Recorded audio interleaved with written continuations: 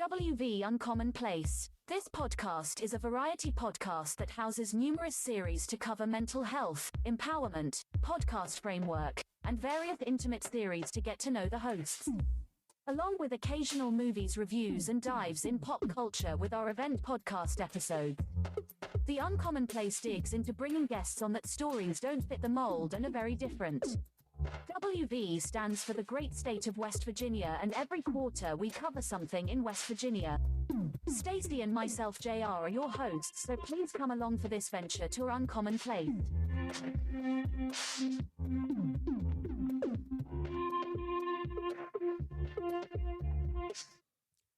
Greetings, everybody. I'm back with you all, and we have another episode inside Black History Month. Today, we're going to talk about something that's really important to me. Like each episode, these are all important. We're going to talk about Gerald Anderson Lawson. He's an American electronic engineer, and he did something amazing. He led the first team that used video game cartridges as part of a video game console. He is considered the father of the game cartridge. So let's go into a little bit about him. He was born in New York City on December 1st, 1940. His father, Blayton, was a longshoreman with an interest in science, while his mother, Mannings, worked for the city and also served on the Parents Teachers Association for the local school. His grandfather had studied to become a physicist, but was unable to pursue a career in physics and worked instead as a postmaster. His parents ensured he received a good education and encouraged his hobbies and scientific hobbies, including ham radio and chemistry. In addition, Lawson said that his first grade teacher encouraged him on his path to becoming influential, similar to George Washington Carver. He lived in Queens as a teenager and earned money by repairing TV sets. At the age of 13, he gained an amateur radio license and built his own station at home with parts he bought from local electronic stores. He attended both Queens College and City College of New York, but did not complete a degree at either. In 1970, he joined the Fairchild Semiconductor in San Francisco as an applications engineer consultant with their sales division. While there, he created a coin-up video game called Destruction Derby in his garage, which was never released. Completed in 1975 using Fairchild's new F8 microprocessors, Destruction Derby was among the earliest microprocessor-driven games. In the mid-1970s, Lawson was made head chief hardware engineer and director of engineering and marketing for Fairchild's video game division. And he developed the Fairchild Channel Fconsole, released in 1976, specifically designed to use swappable game cartridges based on technology licensed from Elplex.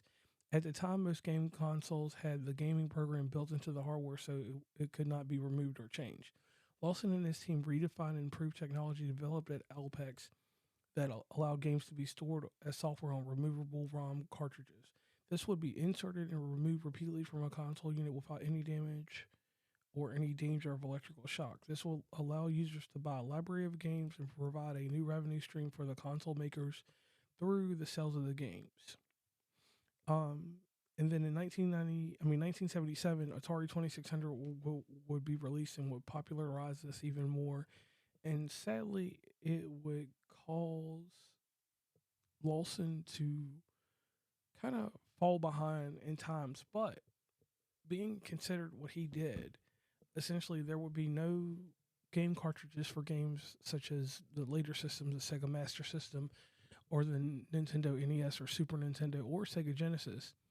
So without his dedicated effort and him and his team and his other engineers, we would not have gaming cartridges, and we would not have a way to just, have video games. So with him being a pioneer, if you do not know about him, please check him out and just, get involved in learning a little bit about him. And it's just crazy because he was part of a group called the Homebrew Computer Club, which essentially had a bunch of other hobbyists in it, which would be Steve Jobs and Steve Wozniacki, the founders of Apple. And it's kind of wild that all these people were around at the same time when all this creative energy was going forth into building computers and basically entertainment that the world uses now. So I like to pay homage to Gerald And I just want to say that it's amazing that all this stuff took place in the 70s and different things like that. So please take a moment, thank him for his contribution, and I'm out of here. Please follow WV Uncommonplace on Instagram, Tumblr, Twitter, TikTok, where we have some great content, Facebook, LinkedIn. Hit up the merch store at oncommonplace.square.site. Join the email list from the website, and rate, subscribe, and give feedback from your favorite podcatcher. And lastly, thanks for listening, and tune into the next episode.